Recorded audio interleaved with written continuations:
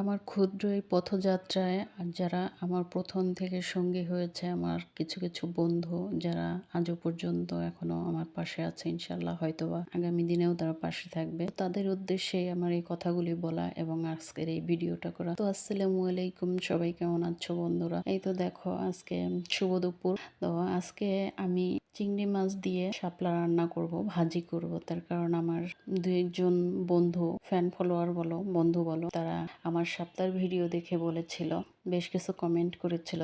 মূলত আমি তাদের উদ্দেশ্য করেই আজকের এই ভিডিওটা তৈরি করছি। তো যাই হোক, তোমরা পাশে থাকার জন্য তোমাদেরকে অসংখ্য ধন্যবাদ। আর এই যে শাপলাটা দেখতে পাচ্ছ, এটা কিন্তু আমার হেল্পিং হ্যান্ড খালাই বেছে কেটে দিয়েছে। তারপরও না, শাপলাটা খাওয়ার যেমন মজা আছে, তেমনি খাওয়ার মধ্যে একটা প্যারাও আছে। প্যারাটা হচ্ছে এটাই যে যদি তুমি নাও বাছো কাঠো, তারপরে দেখবা তুমি খেলেও তোমার দাঁতও কালো হবে, নখও কালো হবে। তারপরও যেহেতু সিজনাল একটা সবজি বলা চলে, তো খেতে তো হবেই এবং বেশ ভালোই লাগে আলহামদুলিল্লাহ। তো যাই হোক, আমার যেসব বন্ধুরা খেতে চেয়েছো, আমার কাছে অনেক বন্ধুরাই অনেক কিছু খেতে চেয়েছে কমেন্ট, যারা আমার সার্বক্ষণিক পাশে ছিল এবং আছে, ইনশাল্লাহ আশা করবো আগামী দিনেও থাকবে। তো তাদের জন্য আমার অনেক অনেক অভিনন্দন এবং শুভকামনা রইল। ইনশাল্লাহ আমি তোমাদের প্রত্যেককে আমার বাড়িতে দাওয়াত রাখলাম, তোমরা আসবা। ইনশাল্লাহ তোমাদের সাথে আমার দেখা হবে এবং তোমরা যে যেটা পছন্দ করে তোমাদেরকে সেইটাই করে খাওয়াবো ইনশাল্লাহ। ভালো থেকো, সুস্থ থেকো, আর আমার জন্য দোয়া করো আগামী দিনের জন্য, যেন আমি